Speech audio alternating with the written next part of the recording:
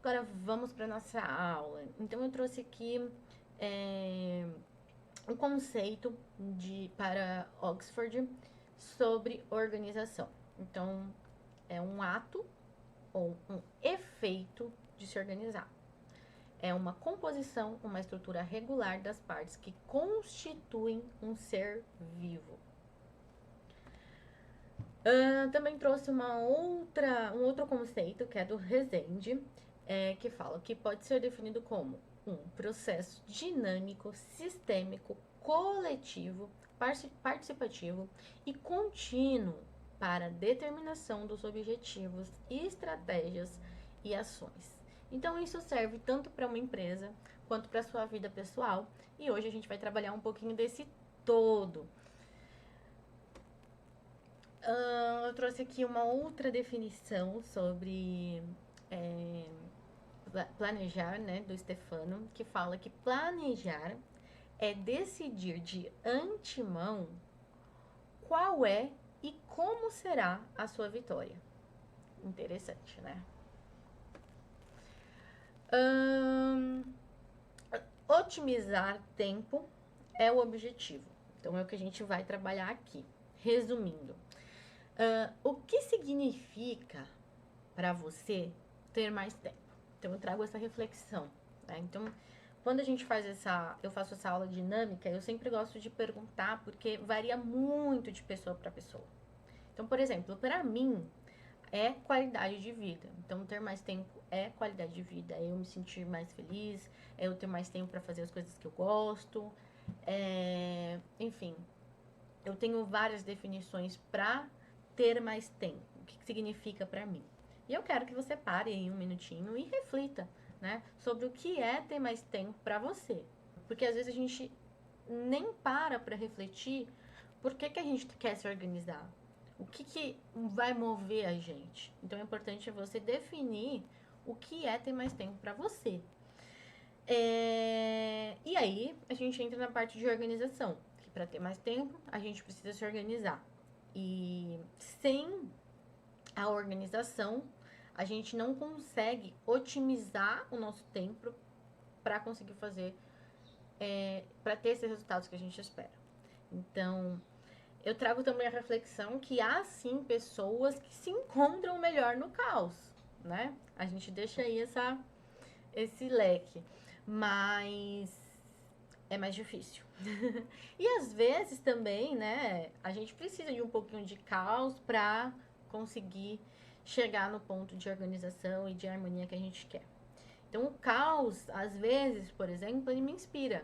E tudo bem eu ceder esse momento de bagunça, de desorganização de vez em quando. Mas, até mesmo para o nosso cérebro, para a nossa organização interna, ele tem um grande resultado. Então, eu trouxe aqui um pouquinho de como a nossa mente funciona, para você entender. Esse vídeo, ele é voltado para a parte de hipnose, mas ele traz uma grande reflexão técnica em administração de empresas, também tenho essa formação. E sou especialista em comunicação, brand, marcas, consumos e o gerenciamento de redes sociais. A minha missão de vida é inspirar e guiar empresários a se comunicarem de forma destacada e irrepetível, trazendo a força que cada um carrega dentro de si. O cérebro é o principal órgão do sistema nervoso localizado dentro do crânio. Mente é o estado da consciência ou subconsciência que possibilita a expressão da natureza humana. Ela não é palpável e tangível. Nós temos 3 mentes distintas e separadas. A mente consciente, abaixo dela a mente subconsciente e mais fundo a mente inconsciente. Vamos começar explicando a mente inconsciente, que é a responsável em nos manter vivos. Ela controla nosso sistema imunológico e as funções vitais do corpo. A mente consciente é onde passamos a maior parte do nosso tempo, mas ela faz apenas 4 coisas e nada mais. Já pensou no que aprendeu nesse vídeo? Ou vai pensar no final? Parabéns! Você acabou de usar a parte analítica da mente consciente. Ela analisa e toma decisões a todo momento, como abrir a porta, amarrar os sapatos ou uma decisão que acabou de tomar, continuar assistindo a esse vídeo. Mas sabe por que você tomou essa decisão? Não sei o que você pensou agora, mas tenho certeza que sua mente te deu uma razão.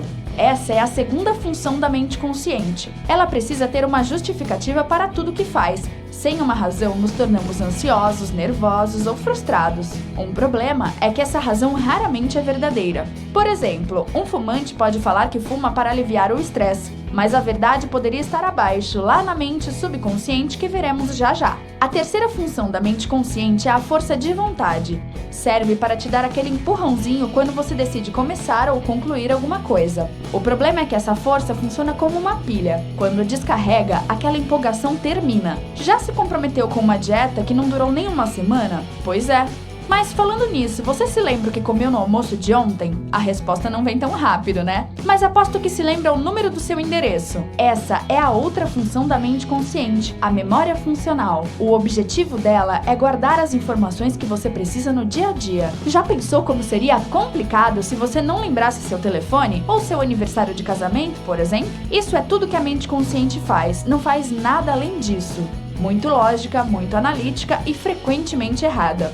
Por isso que largar um vício ou mudar um hábito de forma consciente é tão difícil. Então vamos para onde vive o real você, que é na mente subconsciente. Para entender melhor como a mente subconsciente funciona, vamos compará-la a um computador. E a primeira regra da mente subconsciente é: ela deve nos tornar naquele tipo de pessoa que percebe que nós somos, baseados em toda a programação que nos foi inserida. E neste computador temos 5 softwares operacionais: a memória, os hábitos, a emoção, a autopreservação e a ociosidade. Tudo o que já aconteceu com você fica permanentemente nos bancos de memória da mente subconsciente. O que você viveu e principalmente as emoções que sentiu nesses momentos estão guardadas nessa parte. Tudo o que fazemos sempre vira um hábito. Eles servem para nos poupar energia, executando ações automaticamente, enquanto podemos usar a mente consciente para outras coisas. Já pensou se todos os dias você precisasse pensar para abrir a torneira de manhã? Depois pensar na melhor maneira de escovar os dentes? Cada pessoa aprende a lidar com as emoções de uma forma, conforme suas experiências de vida gravadas na memória do subconsciente.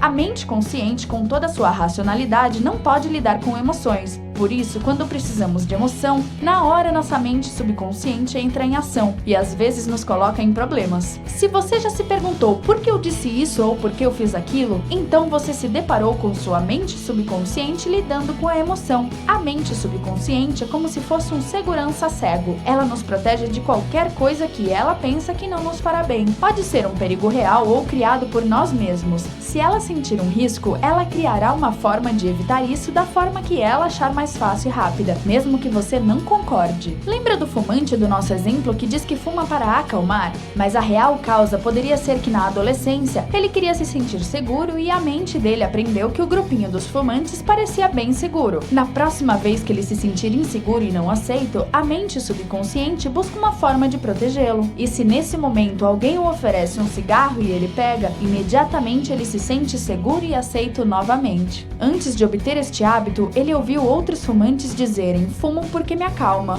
E esta é a explicação racional que a mente consciente dá, mas na verdade é a mente subconsciente o protegendo da insegurança e solidão. Mas com programações instaladas há tanto tempo, o que mais o subconsciente evita é a mudança. Ele fará tudo o que puder para que as coisas continuem como sempre foram, porque é mais confortável assim. Aceitar sugestões positivas para a mudança demanda muito trabalho. Por outro lado, sugestões negativas são aceitas com facilidade, porque não requerem esforço. Tudo que está na mente subconsciente é real para você. Portanto, para uma mudança efetivamente ocorrer, ela deve estar escrita na mente subconsciente. Mas já imaginou se tudo que ouvíssemos entrasse na mente subconsciente? Acreditaríamos em todas as propagandas que ouvíssemos e consumiríamos sem limites, e mudaríamos de humor a cada notícia do jornal. Mas por que isso não acontece? Pelo menos não tão drasticamente. Porque temos uma barreira na mente consciente que chamamos de fator crítico, que é aquela parte que julga como certo ou errado e então escolhe se pode entrar ou não no subconsciente de acordo com as programações instaladas lá. E uma forma de atravessar a barreira do fator crítico e programar algo positivo no subconsciente é através da hipnose.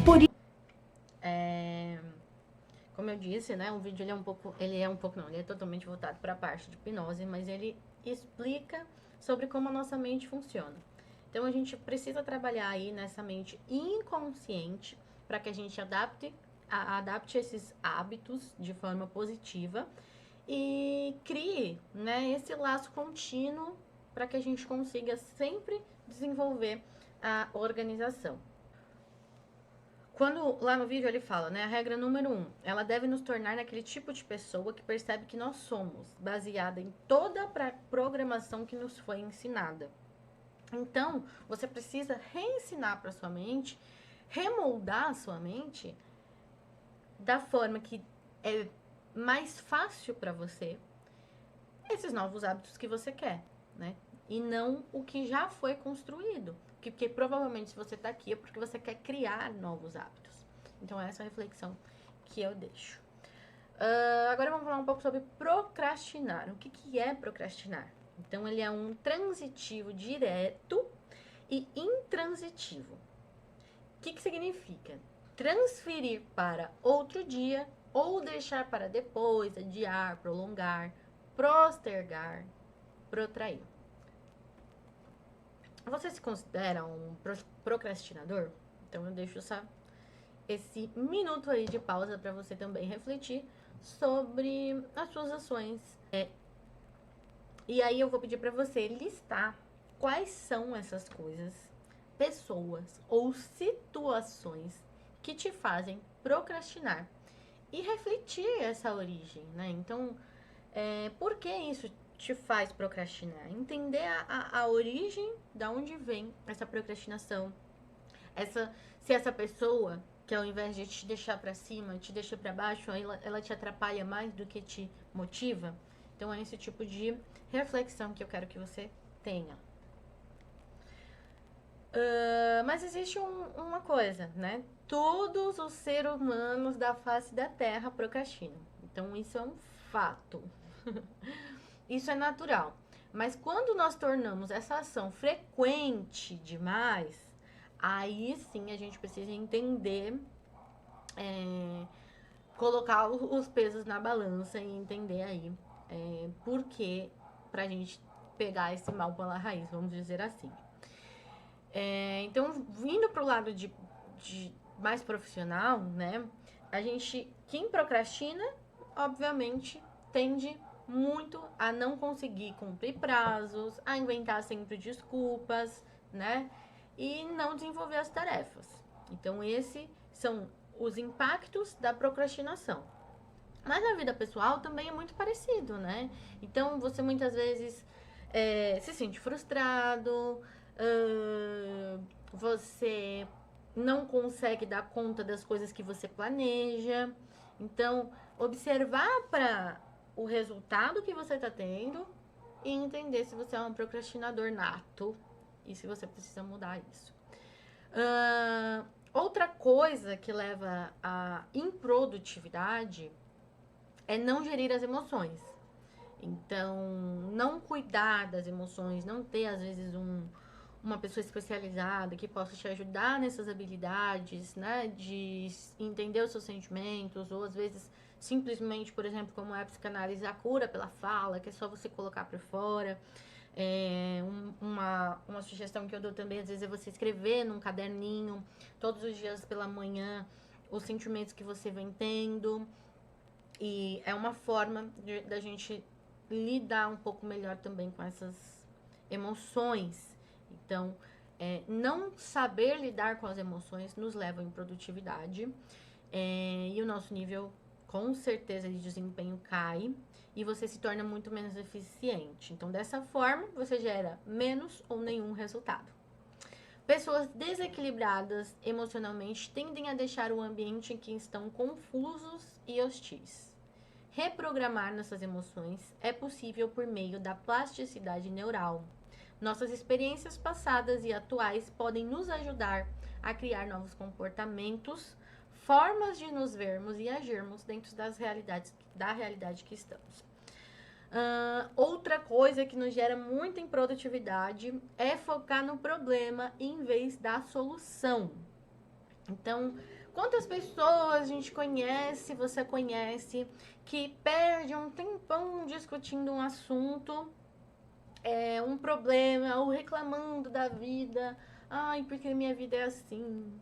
Ai, fica ali girando, girando, girando no mesmo assunto e não consegue sair dessa ideia, né? Então, ao invés de você ficar focando no problema, foca na solução. Então, se você tem um problema, se já sabe que ele é um problema, não precisa dar mais mérito a ele, mas sim buscar uma solução que seja solucionando de uma forma clara, né? Então, às vezes a gente precisa sair um pouquinho ali das emoções,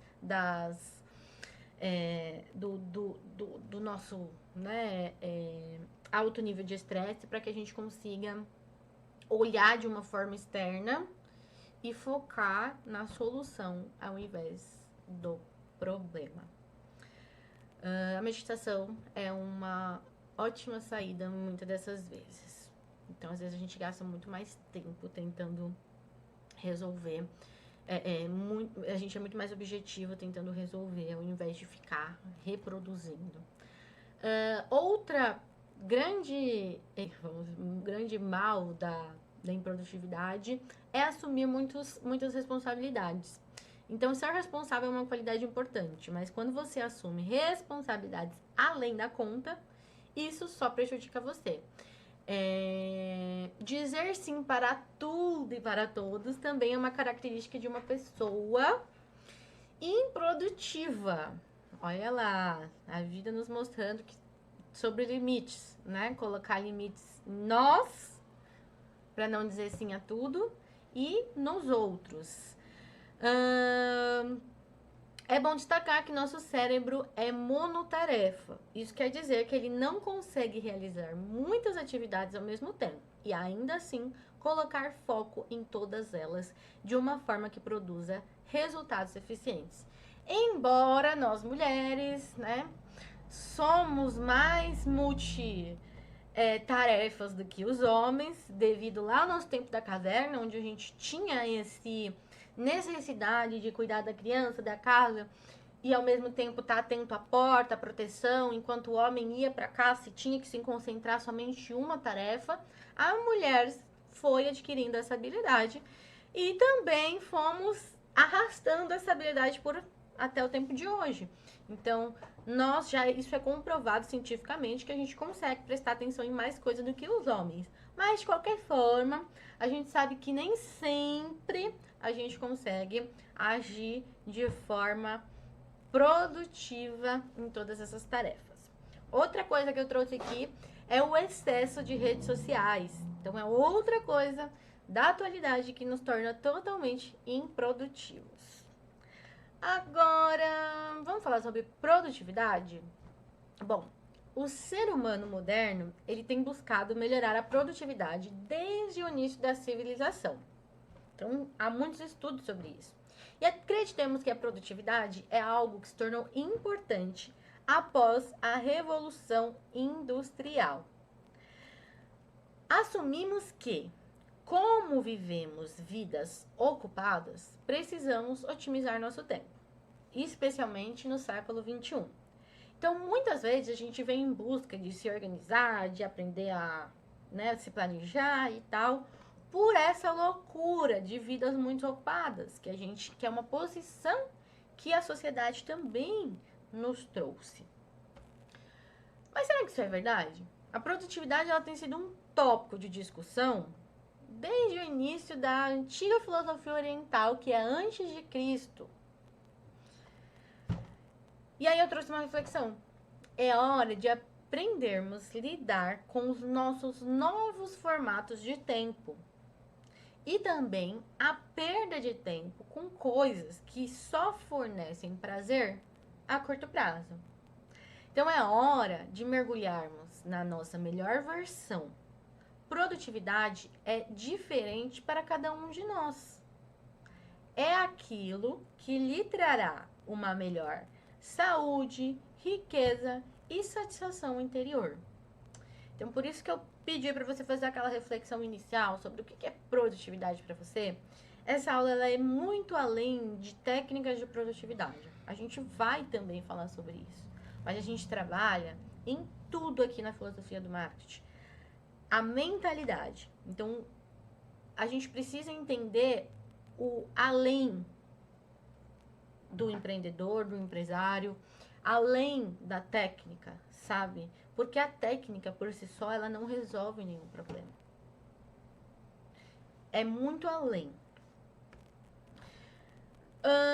O que é ser produtivo para você? Então, eu também quero que você faça essa reflexão consigo mesmo e anote num papel o que é ser produtivo para você e quais são esses benefícios. Bom, eu trouxe alguns meios positivos da produtividade para todos nós.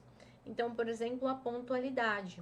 Esse é um comportamento que ele não está relacionado aos horários, mas também aos prazos.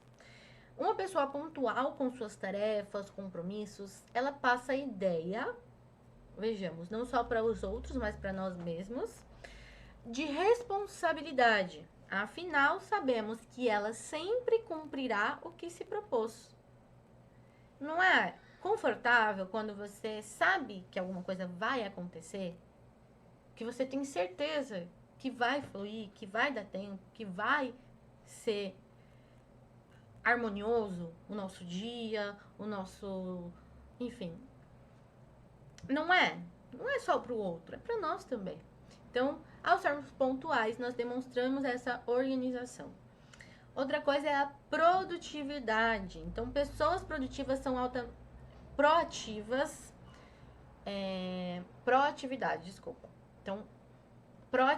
Então, pessoas proativas são altamente produtivas. Afinal, não ficam procrastinando para fazer o que precisa ser feito. Elas têm ação e executam o trabalho, evitando de forma que muitas tarefas fiquem acumuladas. São determinadas, planejam o trabalho que vão realizar, sempre focando naquilo que querem ao final alcançar. Nesse planejamento também entra a prioridade, aquilo que é mais importante fazer naquele momento. Então, também precisamos entender isso, mas a gente vai passar um pouco mais para frente. Outra coisa é o foco na solução. Então, pessoas produtivas pensam na solução de um problema ou de um desafio e saem em busca de encontrá-las. Traçam planos, estratégias relevantes, encontram soluções criativas e avançam. Os problemas devem ser analisados com objetividade para que assim a solução surja de forma descomplicada. Falamos já sobre isso, mas eu reforço as partes positivas da produtividade. Então, a gestão emocional. Então, saber gerir a gestão emocional, saber gerir as emoções é um excelente comportamento. E as pessoas produtivas possuem essa qualidade em alta. Pessoas que gerem bem suas emoções, além de serem muito requisitadas, não deixam que um problema emocional atrapalhe seus rendimentos profissionais. Conseguem lidar com os outros e com ambientes hostis e cheios de pressão, gerenciando com cautela qualquer situação que surja. E por último, a organização. Se a pessoa tem uma boa organização, seja pessoal ou profissional, seu trabalho e desempenho também rendem. Tudo flui, na verdade. Os prazos são obedecidos à medida que você tem noção deles. Você não fica atarefado porque consegue fazer uma atividade de cada vez, evitando a sobrecarga de trabalhos. Seu espaço de trabalho deve estar organizado e tranquilo para que você se sinta confortável e dessa forma consiga encontrar com mais facilidade aquilo que busca para desenvolver determinada atividade. Agora eu vou trazer algumas técnicas na prática de como organizar, como fazer a gestão desse seu tempo.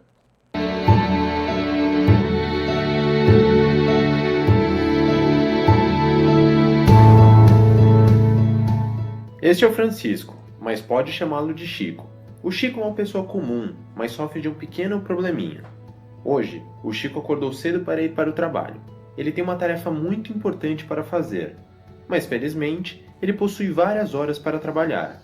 As horas passam, o dia acaba e tudo que Chico conseguiu fazer hoje foi tomar 11 cafezinhos, checar seus e-mails a cada 5 minutos, acessar 37 vezes o site de notícias e bater papo com todos os colegas do andar. Chico se sente até mal por isso e decide continuar o trabalho em casa. Mas tudo se repete. Com exceção que agora ele também fica vendo as fotos dos amigos no Facebook. A verdade é que o Chico nem gosta de fazer essas coisas e até se sente culpado. Mesmo assim, ele simplesmente não consegue parar de fazê-las.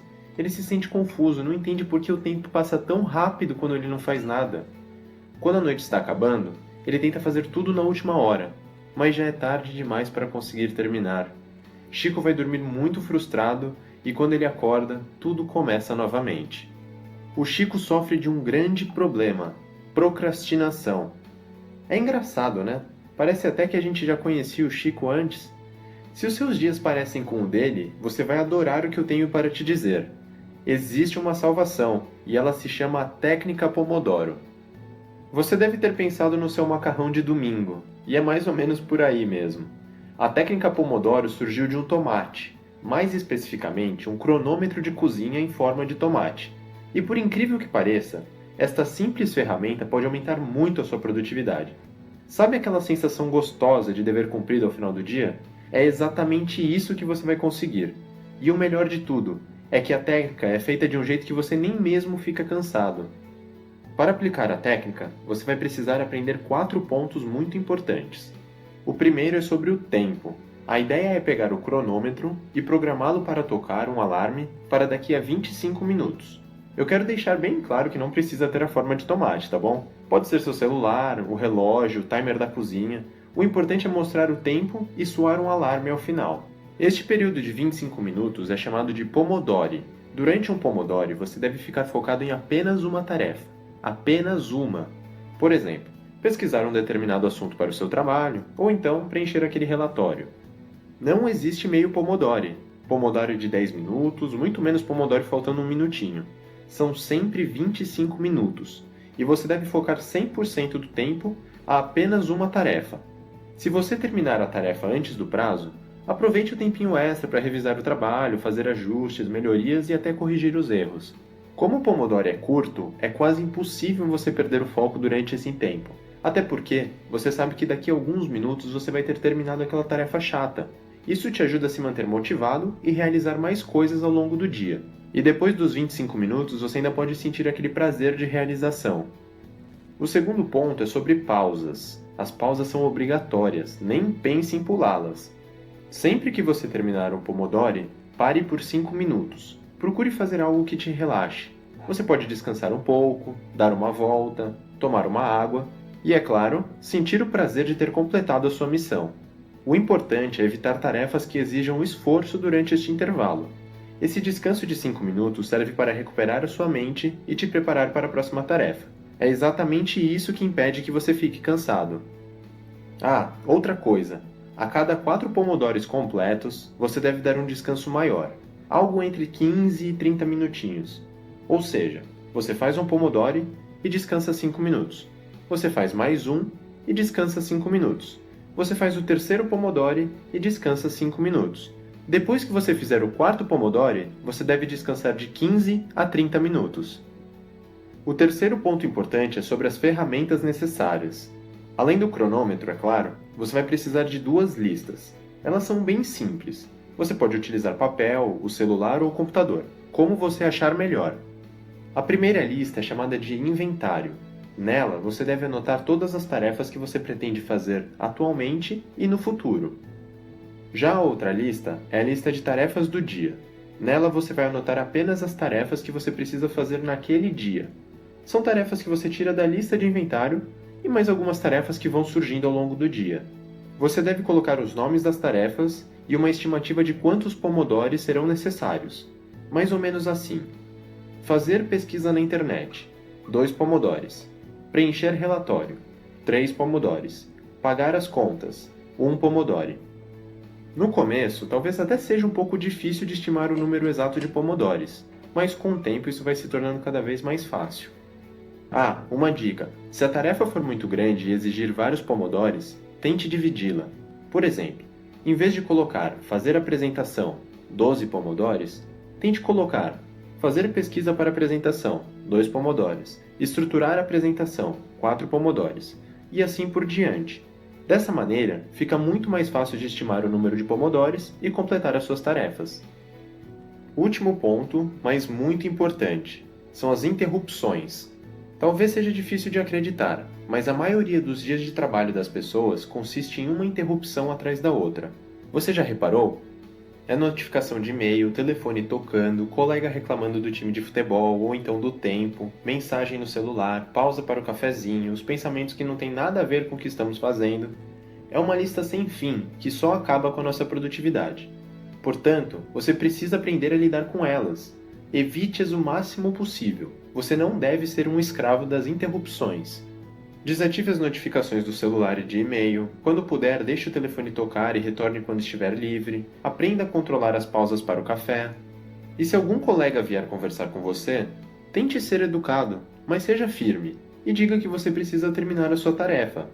Você vai ficar surpreso, mas a maioria das pessoas vai respeitar e até admirar o seu desejo de se manter focado.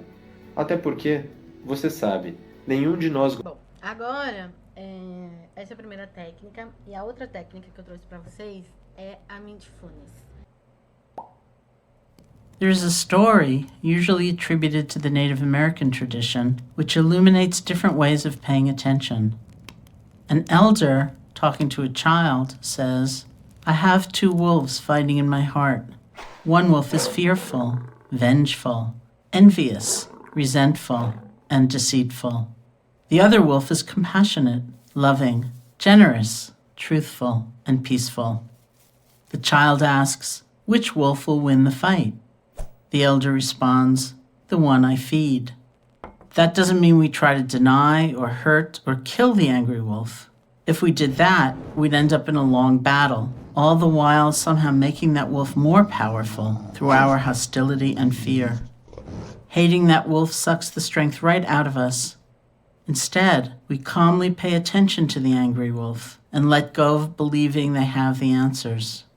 If we can do that, they end up lying down next to us, no longer an enemy. We help strengthen the kind and loving wolf, giving it nourishment and support so that we can follow it. That peaceful wolf can become our steady companion and show us the way through all kinds of different life experiences, restful or chaotic. Enjoyable or disappointing experiences may come and go, but we can have a guide with us through it all. This is what mindfulness can help you do. Mindfulness allows us to see our thoughts and feelings as they are beginning. It's very powerful to know what we're feeling as we're feeling it, know what we're thinking as we're thinking it. With mindfulness, we can choose what will strengthen and bring into action, and we can choose what we will gently let go of. We don't have to be at the mercy of old habits or old ways of thinking or old ways of being. We are empowered. It just takes practice. E a outra técnica é o método tríade.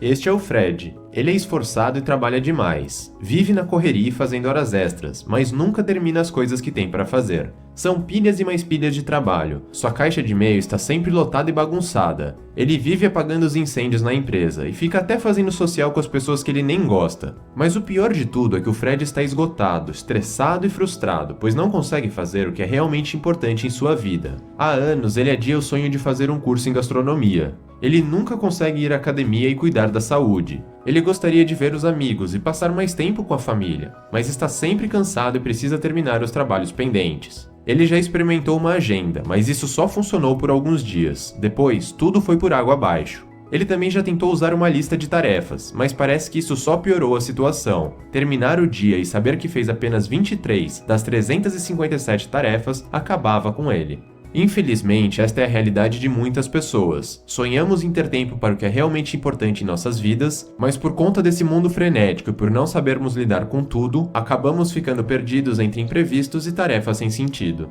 E assim surge a primeira ideia, a tríade do tempo. É um conceito formado por 3 esferas, que juntas compõem a forma como você usa o seu tempo. São as tarefas importantes, as urgentes e as circunstanciais. Basicamente, as tarefas urgentes são aquelas que precisam ser feitas naquele exato momento, ou como dizem por aí, para ontem. Elas costumam gerar estresse ou possuem consequências negativas se não forem feitas. Elas interrompem o seu dia, atrasam o que realmente deveria ser feito e que traz resultados para a sua vida, e podem até afastar as pessoas importantes e causar problemas de saúde. Existem alguns truques para diminuir as urgências. Primeiro, planejar. Se você já sabe que algo precisa ser feito, para que deixar para a última hora e ficar sofrendo? 2. Aprender a dizer não. Você já parou para pensar que aceitar tudo que pedem não prejudica apenas você, como também prejudica os outros? 3. Delegar atividades. Outras pessoas talvez possam fazer o trabalho melhor e mais rápido do que você. Pense nisto. As tarefas circunstanciais são aquelas que você é levado a fazer por conta da situação, por conta de outras pessoas ou dos seus antigos hábitos. Elas apenas desperdiçam valioso tempo de sua vida e não agregam valor. São os eventos com pessoas que não fazem diferença na sua vida, as reuniões desnecessárias, as várias e várias horas vendo coisas na TV que não acrescentam nada, as conversas furadas e mais um monte de coisas que não fazem diferença em sua vida. Pare um pouco e pense sobre isso. Quanto tempo você tem jogado fora com coisas que não fazem o menor sentido para você? E quantas vezes você já deixou as circunstâncias acabarem com seus sonhos? Já as tarefas importantes são aquelas que trazem resultado e fazem diferença em sua vida. São importantes para você, não para os outros. Elas estão ligadas a pelo menos um dos seus 4 corpos: físico, mental, emocional e espiritual. Elas variam de uma pessoa para outra, mas eu vou dar alguns exemplos. Fazer exercícios físicos e cuidar da sua saúde, passar mais tempo com as pessoas que ama, orar, meditar, estudar, ler, sorrir, fazer bem às outras pessoas, dedicar tempo ao seu hobby ou aquele projeto dos seus sonhos. São coisas que fazem você realmente se sentir vivo e que têm um verdadeiro sentido em sua vida. Para muitas pessoas como Fred, a tríade acaba ficando assim, com a esfera das urgências e a esfera das circunstâncias maiores do que a esfera das atividades importantes. Vamos parar para pensar. O ideal seria ter uma tríade do tempo em que a esfera da importância é a maior de todas, seguida pela da urgência e a das circunstâncias. Não tem jeito. Mesmo que você viva em uma bolha no universo, você terá que conviver com um pouco de cada uma delas. Elas fazem parte da vida, mas o objetivo é sempre tentar reduzi-las o máximo possível. Mas então, como tirar este sonho do papel e trazê-lo à vida? A solução é a segunda ideia, a metodologia da tríade, que é simbolizada por uma estrela de 5 pontas. Em cada ponta encontra-se uma etapa do método. Elas são sequenciais e cíclicas, ou seja, é um processo contínuo e que visa a constante melhoria.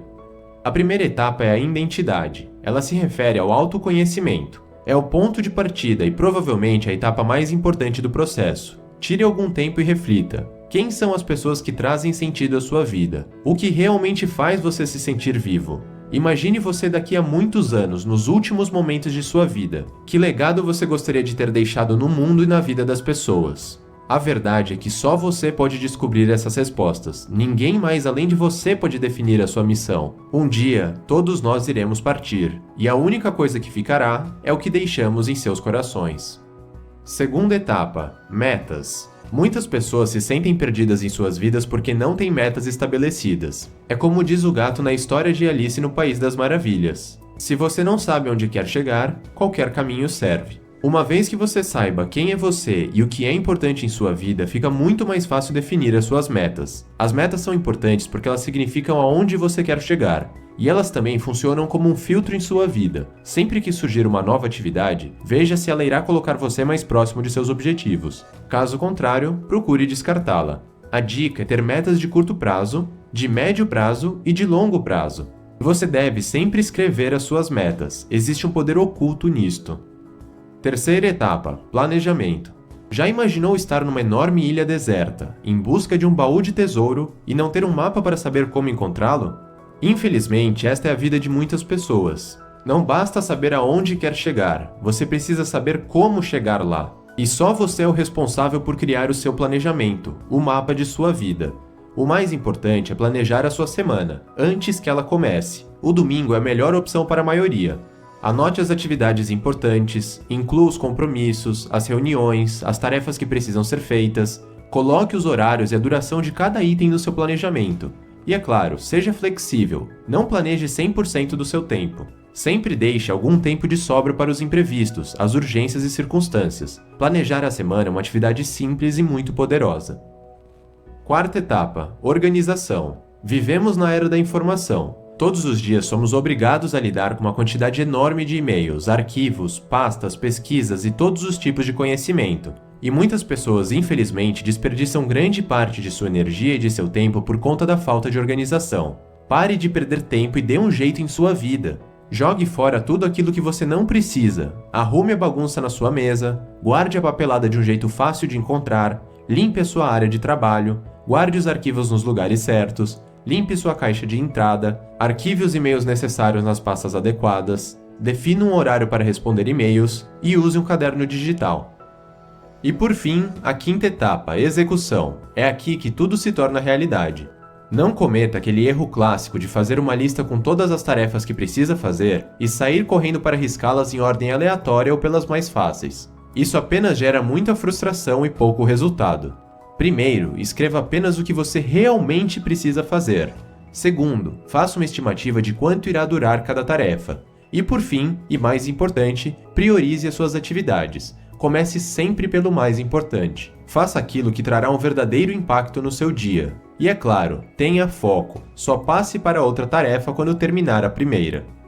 Estas são as 5 etapas do livro A Tríade do Tempo, mas antes de terminar eu preciso dizer algo muito importante. Muitas pessoas vivem à espera do momento certo para mudarem suas vidas e seus antigos hábitos. Às vezes elas esperam a vida inteira e infelizmente este momento nunca chega. Não espere sua vida acabar para se arrepender de tudo o que deixou de fazer. Não seja um escravo das urgências e circunstâncias. Pare, reflita e se quiser aprender mais eu recomendo que você leia este livro. Eu não quero que você apenas saiba mais sobre produtividade. Conhecimento é inútil se não for usado.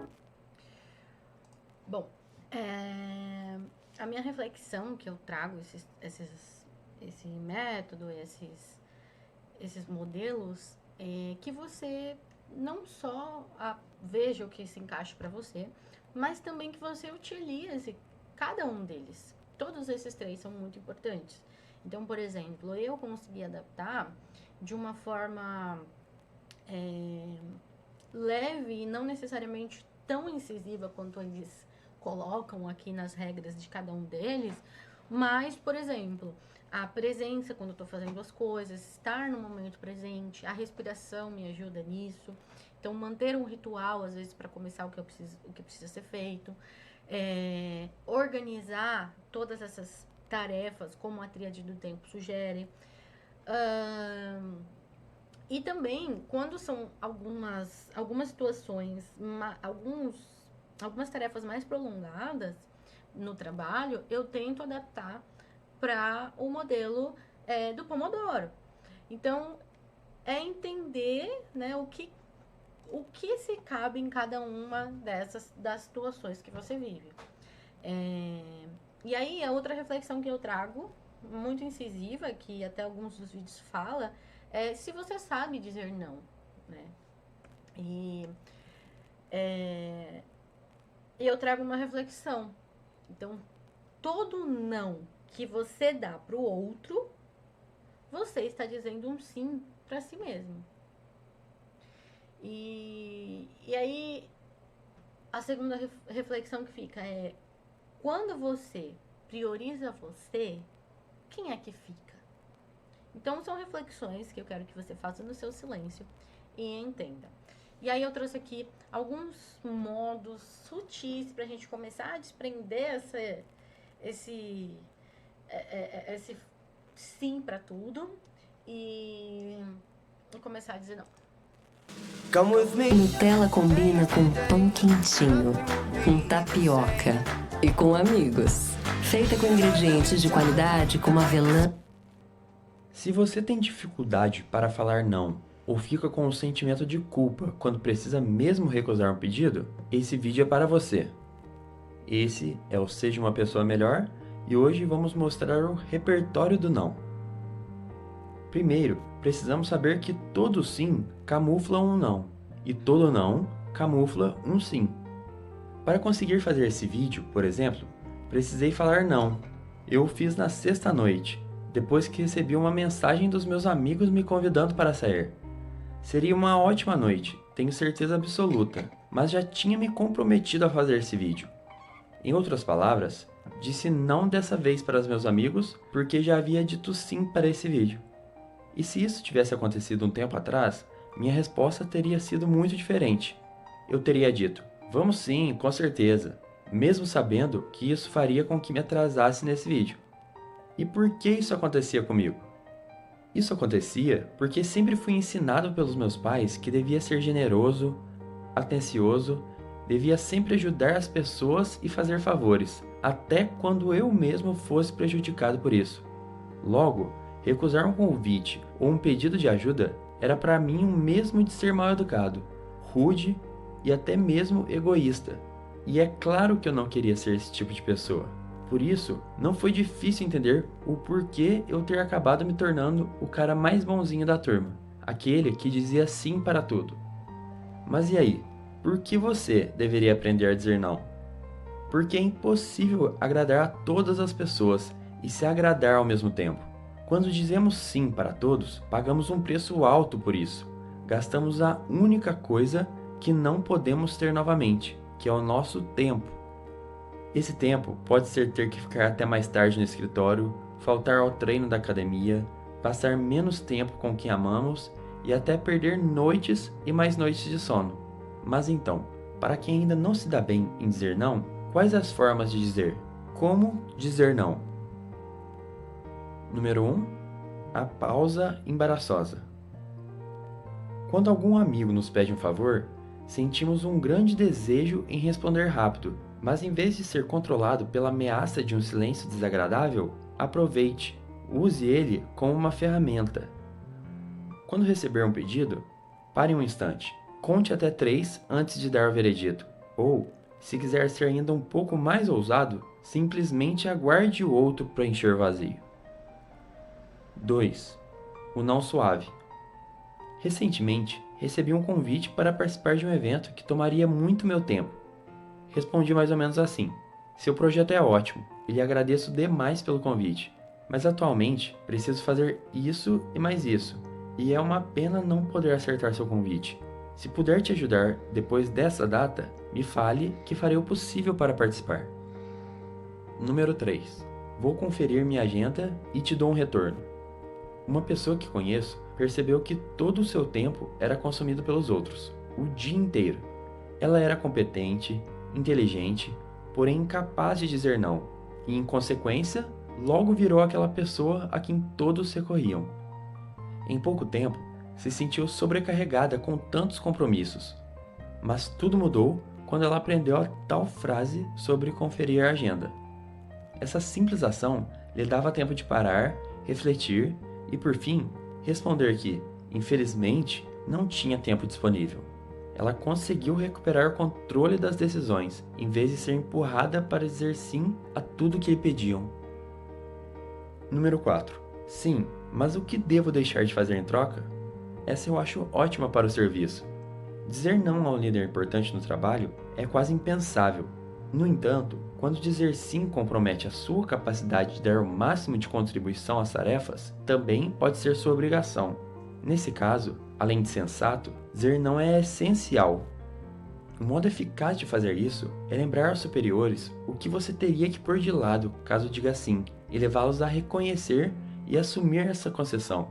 Por exemplo, caso seu gestor lhe procure e lhe peça que faça X, é possível responder com: tudo bem, posso priorizar isso. Quais dos outros projetos da empresa que devo pôr de lado para dar atenção ao novo? Isso já irá gerar no mínimo um pouco mais de respeito por parte de seu gestor. Número 5. O sempre bom humor. Recentemente, meus amigos me convidaram para caminhar mais de 80 quilômetros para ir até o santuário de Nossa Senhora Aparecida para agradecer pelo bom ano que tivemos. Não tenho nada contra quem faz isso, mas minha resposta foi simples: nem que a vaca tussa.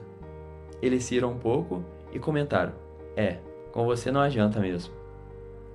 Número 6. Fique à vontade para executar X, vou fazer Y. Funciona mais ou menos assim. Seu filho, já com seus 20 anos de idade, pede para que você o leve a tal lugar. Mas sua semana já está muito corrida, e aí você responde: tudo bem, fique à vontade para usar meu carro. Vou deixar as chaves aqui para você. Com isso, você também diz: não vou levá-lo. Você está dizendo que não fará, mas em termos daquilo que se dispõe a fazer. É um jeito muito bom para contornar aqueles pedidos que você gostaria de aceitar, mas aos quais não pode dedicar todo o seu tempo. Gosto especialmente dessa porque demonstra respeito pela capacidade do outro de escolher e também pela sua. Lembra as opções disponíveis a ambos os lados. E por último, número 7, não posso, mas talvez fulano se interessa. Essa é um pouco para refletir. É tentador pensar que a nossa ajuda é valiosa e inigualável, que apenas nós podemos ajudar os outros. Mas a verdade é que geralmente quem pede algo não se importa com quem vai ajudar, desde que alguém ajude. E agora, se apesar de tudo isso você ainda não estiver confiante em dizer ou não, tente pedir um tempo para pensar antes de responder. Se você aceitar, qual é o impacto que você provocará no outro? Isso vai ajudar a reforçar a imagem positiva que ele tem de você? E qual é o preço que você terá que pagar por isso? Será mesmo que vale a pena? É isso aí. Eu acho que já dá para iniciar os seus nãos, brincadeiras à parte. Mas com o tempo eu fui entendendo. Até eu deixo aqui como lembrete para mim, sempre que separar o meu do outro. Então, uma dica que eu te dou: separe sempre o seu do outro e aprenda sempre a dizer não e a dizer mais sim para você mesmo. Isso com certeza vai ser um grande aliado na sua organização. E aí outra coisa que eu trago é como é a sua rotina, né? Uma reflexão mesmo para que você faça para você mesmo e entender, você curte rotina? Tem gente que não curte rotina. Então, às vezes prefere ter uma manhã mais desorganizada e mais fluida, se dar bem com isso, para que, sei lá, tenha uma rotina somente no ambiente de trabalho, enfim. Você precisa entender como que funciona isso para você. E aí eu trouxe aqui alguns aplicativos, algumas ferramentas para usar isso na prática. Então, o primeiro é o Trello. É um ótimo aplicativo, você consegue criar aulas, você consegue criar checklists, tudo que você precisa. Eu uso ele muito no meu trabalho e me ajuda muito a ser produtiva, e é um aplicativo gratuito. Depois é o Evernote.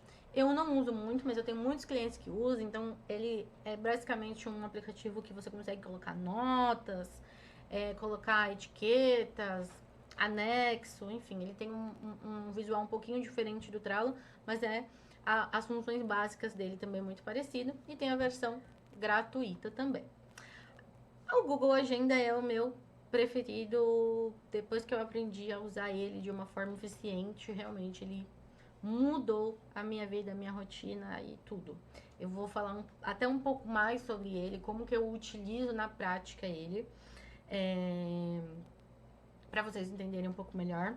Mas é o aplicativo que eu mais uso em questão de organizar ali o meu dia, de colocar as coisas que eu quero fazer, os meus objetivos, para cumprir as minhas tarefas, porque ele tem notificações, ele tem fácil acesso, ele é fácil de usar, é uma ferramenta muito intuitiva, e ele é o meu top of mind, vamos dizer assim. Tem o Google Tarefas, que ele é um auxílio do Google Agenda. Então, você consegue inserir como tarefas também no Google Agenda ou utilizar só o Tarefas. No início, eu confesso que eu usava o Tarefas, não eram juntos. Hoje eu uso os dois juntos e tem funcionado muito melhor para mim. Mas para quem quer uma coisa bem facinha, que só quer colocar ali um monte de tarefas e tal, o Google Tarefas pode ser mais simples para isso. O Google Keep, que também é um aplicativo que é muito parecido com esse Evernote, e ele também funciona, a proposta dele é de colocar ali essas ferramentas, algumas notas e tal. O Notion também é um aplicativo muito querido, principalmente para o gerenciamento de redes sociais para mim, assim como o Trello. Então, para algumas, dependendo da quantidade de posts, tudo, eu busco adaptar ele no Notion, porque funciona muito bem, mas ele também tem várias funções. Você consegue organizar ele da melhor forma. Ele é um pouquinho mais complicado de mexer, eu confesso. Mas depois que você aprende também, ele flui muito bem. Mas dá pra você fazer lista de tarefas, enfim, organizar da melhor forma possível e adaptar ele. O legal dele é que você consegue adaptar para suas necessidades. Uma outra dica que eu trago pra você é o Habit, não sei exatamente como se pronuncia, mas se você colocar, por exemplo, no Canva, que eu trouxe aqui alguns exemplos, é muito fácil de você pegar um modelo e até personalizar ali da sua forma, da melhor forma possível. E ele funciona da seguinte forma: você coloca as tarefas e aí você pode colocar até um vidro ou colocar ele num quadro, por exemplo, e ir colocando bolinhas e riscando, ou imprimir a folha só e ir fazendo folha por folha. Então, você consegue colocar por semana, por mês. Então, às vezes você tá com um foco muito grande, por exemplo, para criar um hábito novo, eu acho que ele funciona muito bem. Então, sei lá, eu quero começar a fazer uma academia. E aí, para eu ter ali como incentivo, eu coloco aqui um quadro ou no espelho, num lugar que eu tenho muito fácil acesso, na geladeira. E aí eu vou fazendo o check dele todos os dias, de que eu fui mais um dia, que eu fui mais um dia. Isso também é uma forma de você visualizar e entender a sua evolução. Então, eu também indico esse modelo. E aí, eu trouxe aqui algumas reflexões. Indo mais para a parte filosófica, tá? Então, a primeira é: não tente fazer mais. Cuidado com o vazio de uma vida ocupada demais. Então, eu quero que vocês reflitam o que nosso querido Sócrates deixou pra gente. Outra ideia é: conclua de 3 a 4 tarefas importantes ou muito longas por dia. Aí a reflexão de Platão que fica é melhor algo pequeno, porém bem feito, do que algo grandioso, porém imperfeito.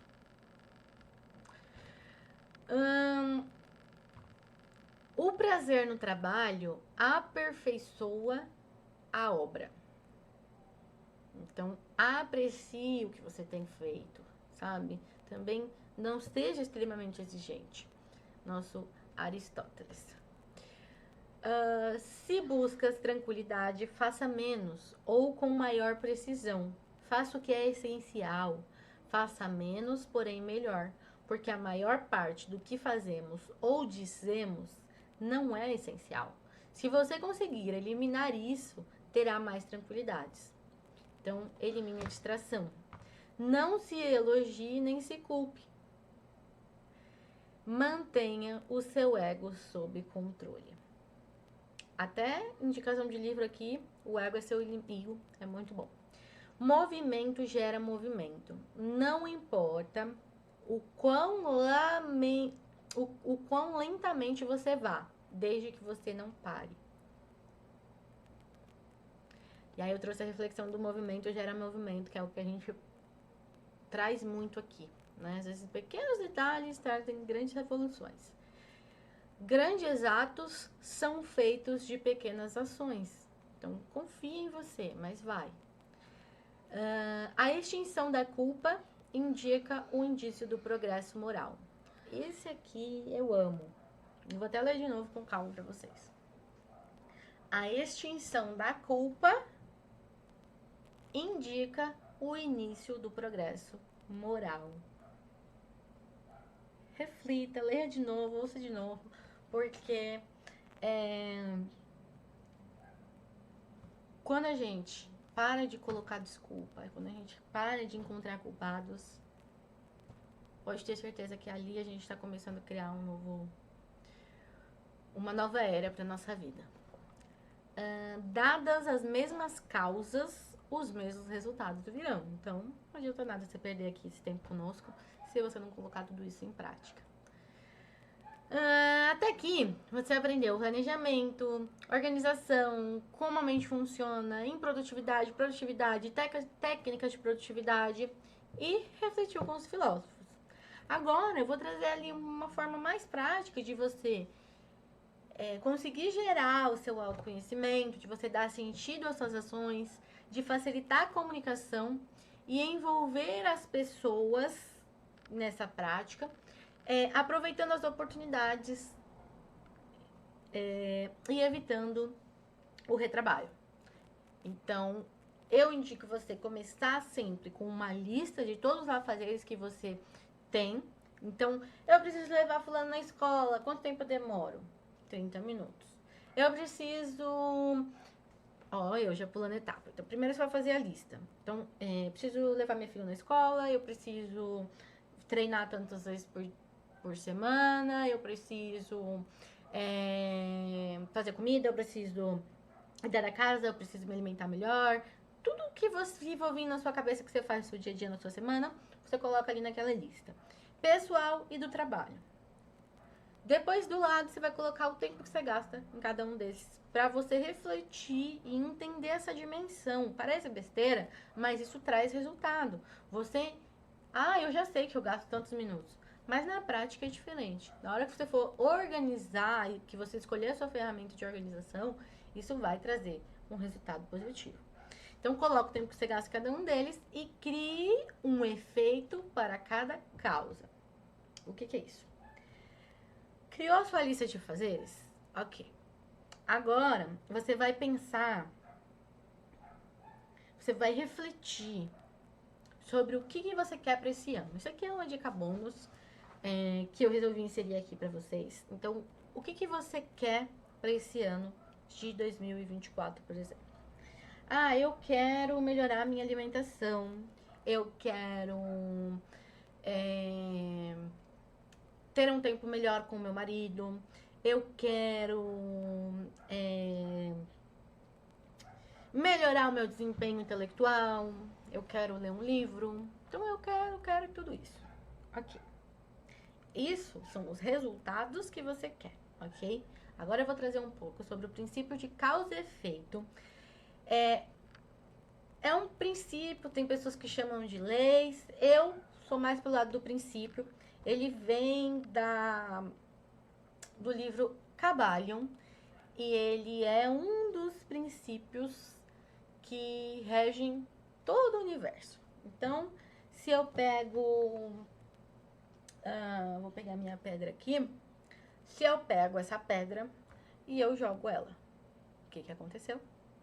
Minha causa e o meu efeito. Minha causa foi jogar a pedra. O meu efeito foi ela cair.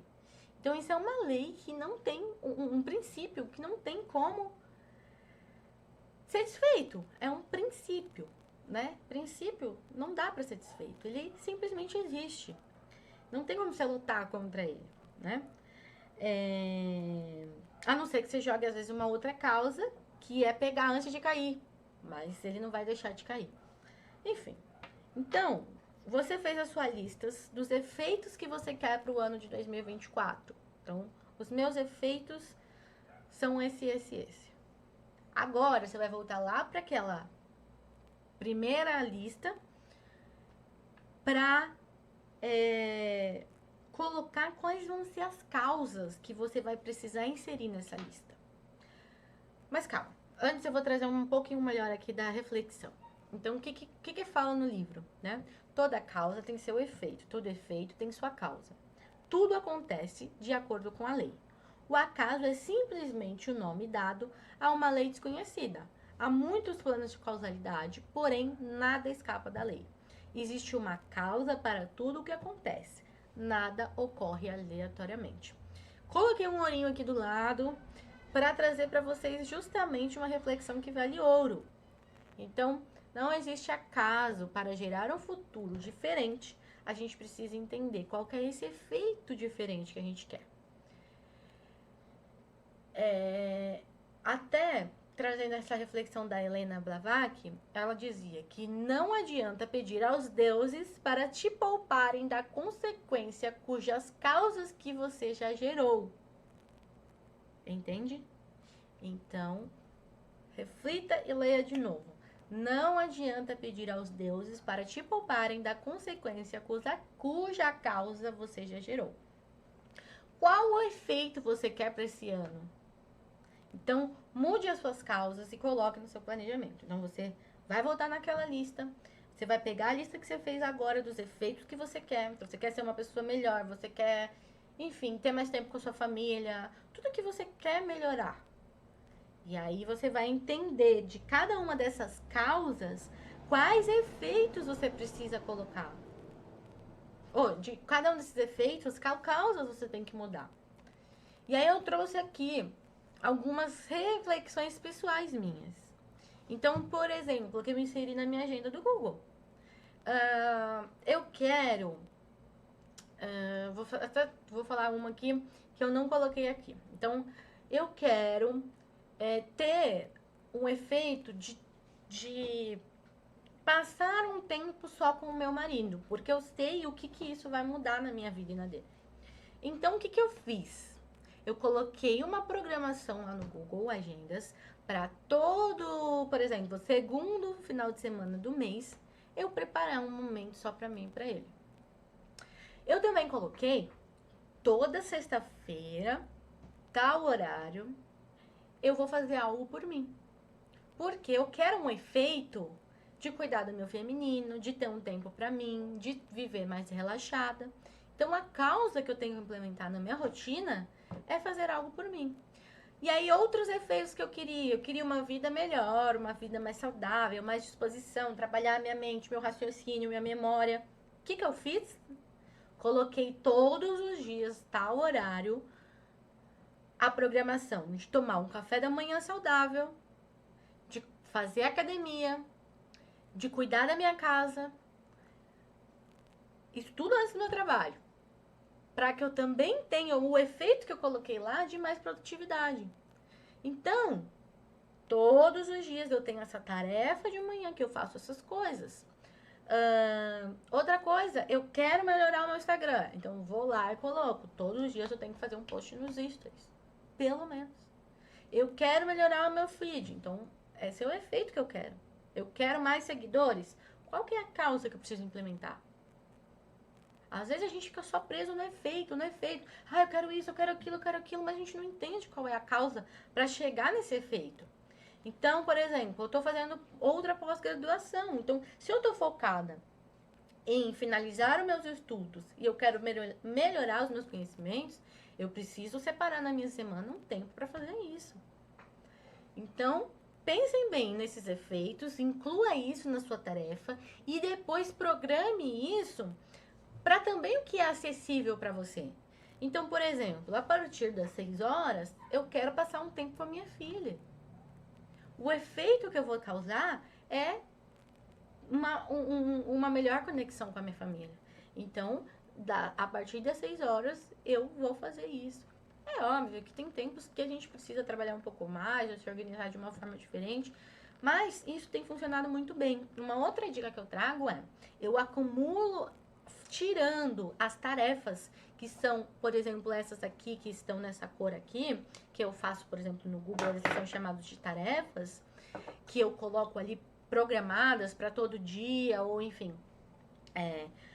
Existem as outras tarefas que vão se aparecendo. Então, eu preciso mandar tal coisa para o cliente, preciso revisar tal coisa, eu preciso criar isso, criar aquilo. Então, eu vou acumulando as minhas tarefas no domingo. E todo domingo eu sento e organizo a minha semana, encaixando no que eu já tenho pronto. Então, às vezes, naquela semana, eu tenho a sexta-feira que eu tenho que fazer algo por mim. Às vezes, eu não vou conseguir fazer naquela sexta-feira, que é uma reunião, tenho um outro compromisso. Então, eu vou lá, organizo aquela tarefa e organizo as outras, encaixando aquela semana para que flua da melhor forma possível. Bom, é isso. Eu espero que essa forma ajude muito, muito vocês. Agora, eu espero que todo esse conhecimento te gere várias causas e efeitos positivos. Mas eu trouxe um pouquinho aqui para vocês entenderem que essa organização, esse planejamento que eu trouxe, todo esse conhecimento que vai muito além, né, da prática, que vem para a mentalidade, ele faz parte do Vortex, que é a nossa mentoria. O Vortex, ele é... Por que a gente chama de Vortex?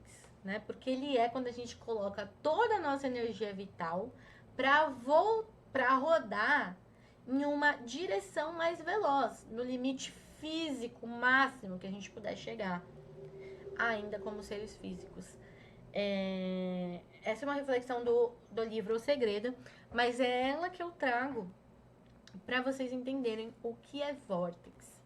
Então, essa mentoria, ela é voltada para aquele empreendedor que está cansado de empreender sozinho, que ele não tem mais habilidades, todas as habilidades necessárias, afinal não dá para você ser especialista em tudo.